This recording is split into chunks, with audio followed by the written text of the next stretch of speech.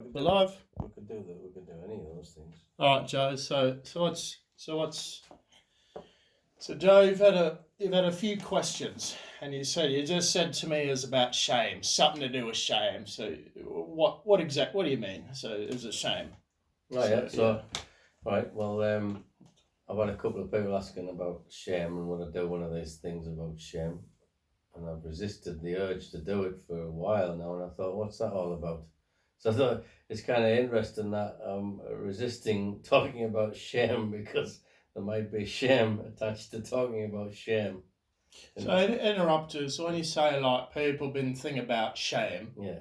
can you be more specific? Is it specific? What do you mean shame? Well, I mean, like they've been asking me what have I got any advice on how to deal with shame? Where does it come from? Where does it go? That sort of stuff. Gotcha. Yeah. So, like, shame is the worst feeling. I think most people agree with that. It's the worst feeling to feel. It's fucking horrible, mate. Yeah, it's a shit feeling.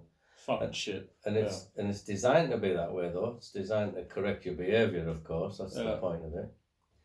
And but we live in a society that does like what you would call toxic shame more than healthy shame. You know, when people say to you, you might have even heard it from being a kid. You should be ashamed of blah blah blah. Fill the gap in, right? What a word! The word should. Should, yeah. Should. Same. Yeah. It's loaded with shame. Yeah.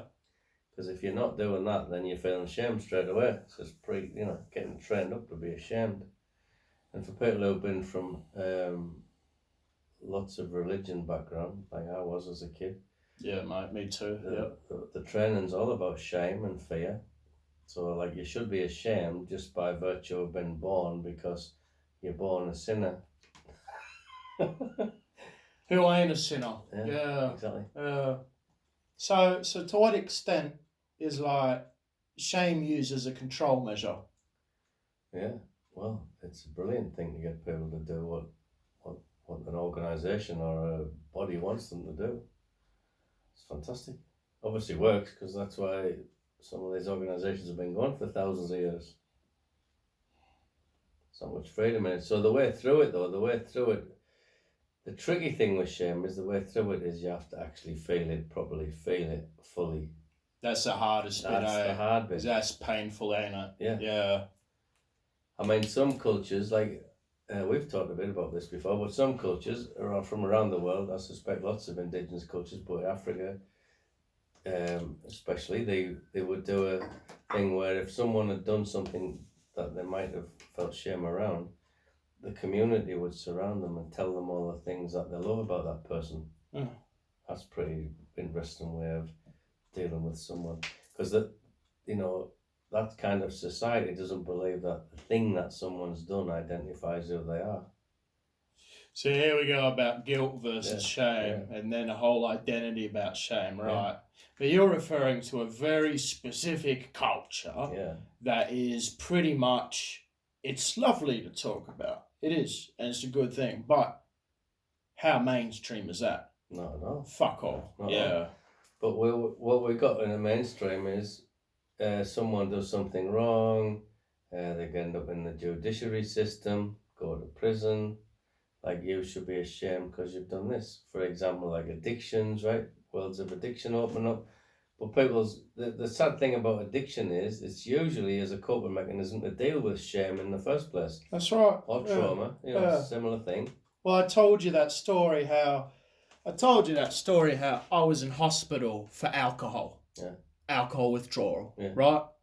And I presented myself on my own will. And the fucking cunt doctor in charge had a 40-minute little shame fest about how I shouldn't have been drinking. And I walked out and I was like, I felt so bad about myself. Yeah. And I have these two conflicting issues. One, I want to get off the alcohol. I do. But number two, the amount of shame when I came out of that ED emergency, I went back to drinking after one day because I felt so bad about myself. Yeah. And so you said step one is to feel ashamed. Yeah. What a challenge. Yeah. Yeah, well, exactly. That's a great example. I mean, it's close to home for you, so it's a brilliant example. And who the hell wants to feel that? Nobody, because the things that people will do is they'll either attack themselves or the attack with someone else. Or they'll hide, they'll drug themselves out of it. No good. None of that works. But you can understand why. Definitely because it's why. such a when I say painful, how would you describe the pain? It's like you're right. It's like I would rather feel fearful than shameful. How weird is that? Yeah, it's a horrible emotion. Yeah. Because it challenges like, should I be on this planet? What's my self-worth? Well, that's like also an important difference, a distinction between shame and guilt. Guilt, guilt is when you've done something that you would like to make amends for, right? Yeah. Stuffed up. Yeah. Fair enough. Yeah. That feels pretty crappy. So you made a mistake, so you feel guilty. But shame is when you feel like you are the frigging mistake. That's a big difference. Well, for me, like, can you please comment on this? For me, I feel like I agree with that. But to extend on it, I feel guilt is like there's this awareness to it, and it's like, right, I've done something I don't agree with. I've made corrections. Yeah. End of story. Yeah. It's done. Yeah. The fire's done. Shame is like this stain on the carpet. Yeah. That you can't rub out. Yeah. And it's kind of like, it's annoying because it's just so encompassing and it spills over to such an extent. Yeah. And it's like, no wonder people take drugs. Yeah, exactly. No wonder bottle shops are fucking available. Because shame is it is such an underrated, painful emotion. Well, if you took away all the options for self-medication, all kinds of medication, bloody hell, would have a serious problem on your hands, See why the bottle shops stay open when all kinds of problems are going on, right? So somebody's feeling shameful or whatever. They're feeling shame, or say they're in some sort of event that's triggered them off to feel this state of shame to the point where it feels like it's engulfing them. What to do then? So I've said you got to feel it fully. So then what do we do? Well, you got to give yourself some space and time to do that, right? You got to give yourself some privacy. Right. Because it's normally a thing you'll want to do on your own to start with till you get used to it. Yeah. I mean, ideally, as you get used to it, you'll have someone that you trust. You'll have a bloody good therapist or someone you can go through this stuff. Yeah. Oddly enough, you might even have a freaking good priest or a rabbi or something, because there's some actually fantastic people in them worlds as well, right? Yeah. So company's better because the most of this shame's isolating thing. You want to isolate yourself, right? Yeah. But to start with, certainly just give it a whirl. Give yourself 5 minutes, get yourself in a meditative state and just check in. Like, start to learn the art of checking in with yourself and go, where do I feel this shame? Whereabouts is it in my body? And wherever it is, stomach normally, or it could be somewhere else, but normally stomach or heart, you gotta just immerse yourself in that, and then you're gonna get waves of big emotion coming, and that's all right. You gotta stay with it. Yeah, a little something called courage, eh? Yeah, of course. Because that is not a walk in the park, easy thing to do. It's countercultural. Yeah. Like, you're conditioned to not do that. Yeah. Like, people will say to you, they'll say, "Oh, have a drink, forget that, get over Fucking it. get over it. Get over it. Yeah. That's shit. That's all violence. That's the way people do violence to you. And you do violence to yourself by saying shit like, get over it.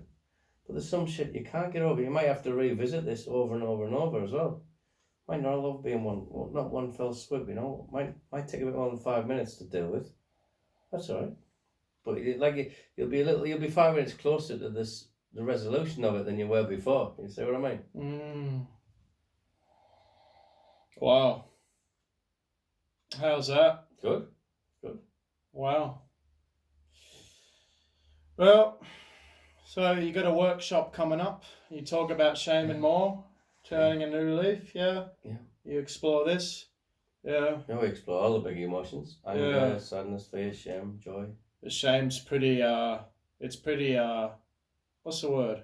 Spiky, or it's pretty elusive, isn't it? Yeah. It's not acknowledged to the extent.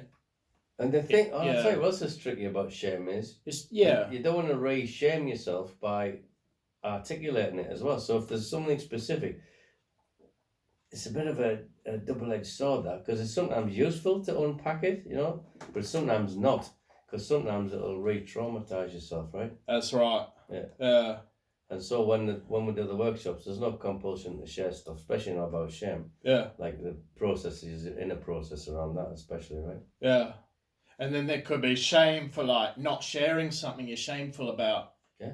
What's the point of that? Well, you like if you want to start some practical steps towards it for yourself, get yourself a little journal, like for your eyes only, and start writing it out. What, like, just as an experiment, what sorts of things am I carrying shame about? And you might notice you'll be able to scribble loads of things. Once you get going, watch what happens. Just like go stream of consciousness kind of writing, you know? Wow. Just gets it out of your body, like, you know, physically gets it out of your body.